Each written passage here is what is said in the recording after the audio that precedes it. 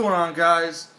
This is a brand new series on the B&B channel called Smacktivism, and I am your lead Smacktivist, Wes. And what this is it's basically going to be like Peter does with Raw Motion and what Rick just started with Caution Tape.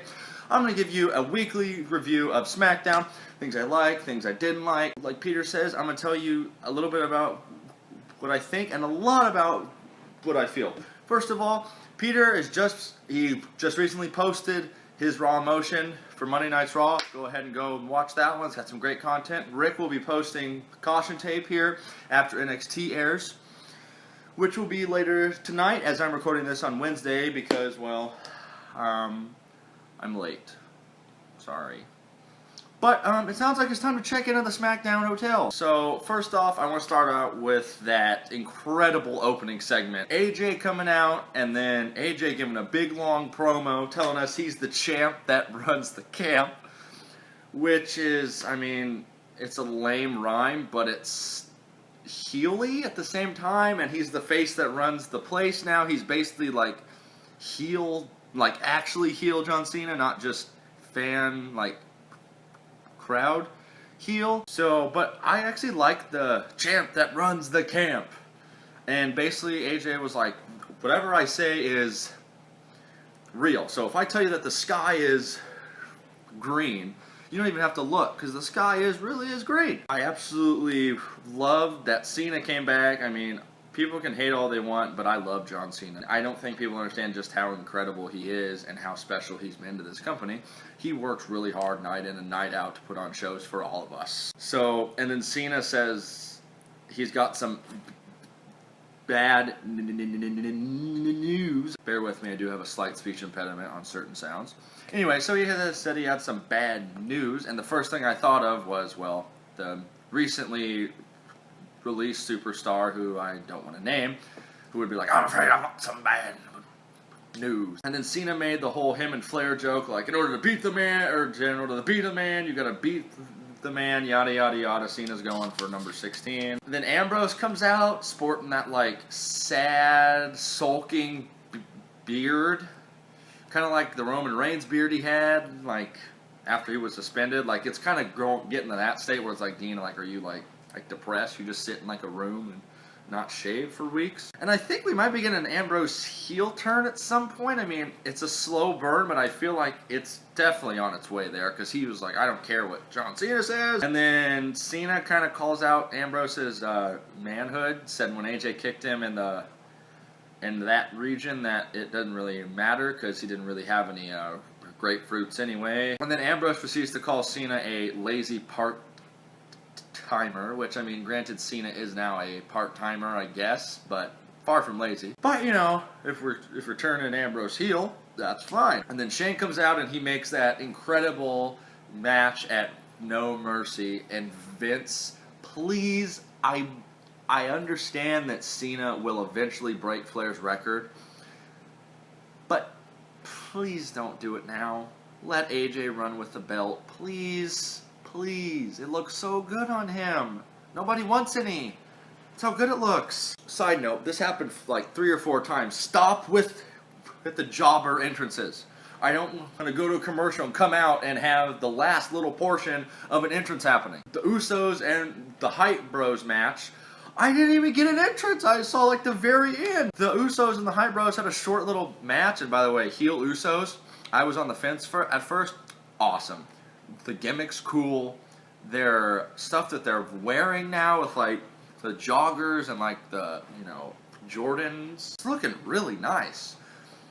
It's kind of growing on me. I don't hate heel Usos, and they're seeming like they're gonna push them to the sky. We got that weird Kurt Hawkins promo, which I don't know why we're supposed to be excited for Kurt Hawkins, but I guess we are. And then of course, the next thing we had was The Miz, once again, pure, unadulterated awesome. Like that promo, and then when Ziggler came out, like, dude, go away. You're on this whole thing, I don't get respect because I never win titles. Well, yeah, because you lose. And then The Miz said something about how if he lived and he died by what the crowd thought, he would be 6 feet under, just like Dolph's career.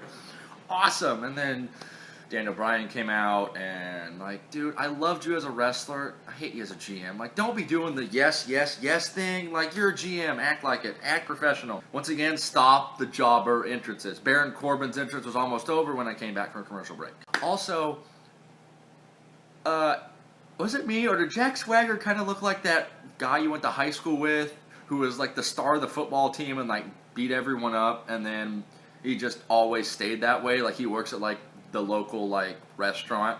He kind of reminded me of Biff from Back to the Future. Overall, it was cool to see Swagger back.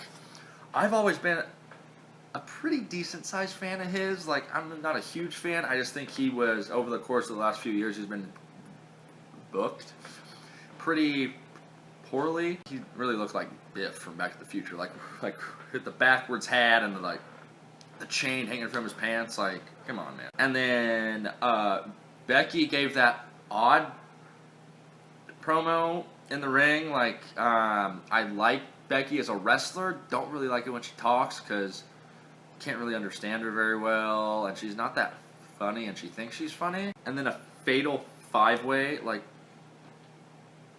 did we just add a member to a fatal 4-way, and just instead of coming up with a new name, we're just going to call it a fatal 5-way? And I am excited that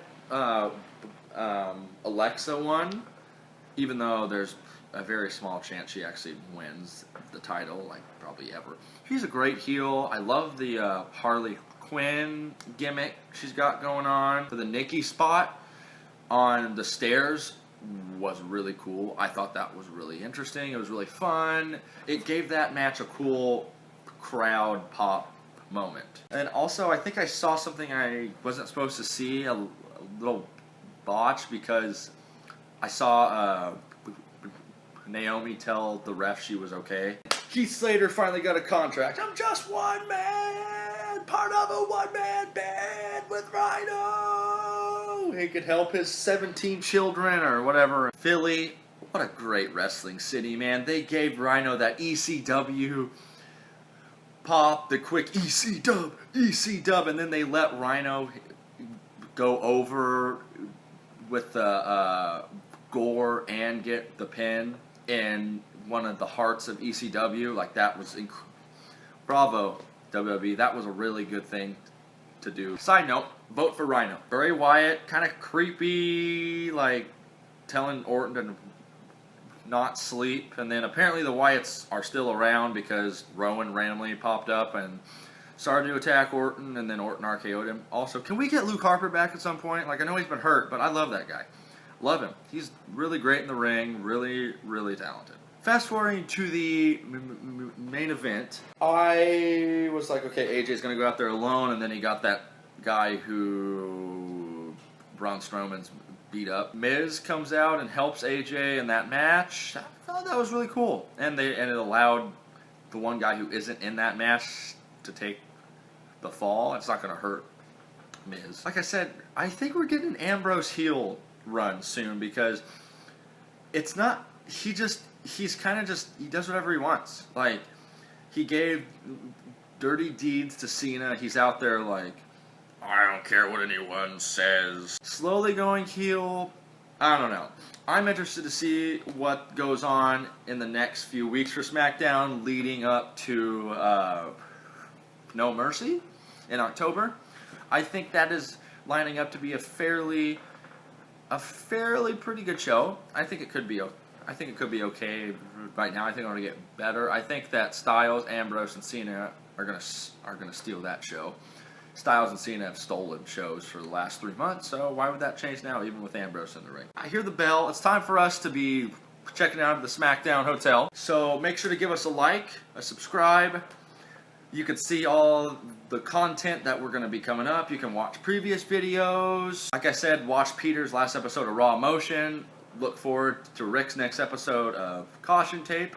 Probably be posted sometime on Thursday, maybe Friday, depending how long it takes Peter to get these edited, because he does all the editing. So that's all I've got for you guys, and we're out of here in 1, 2.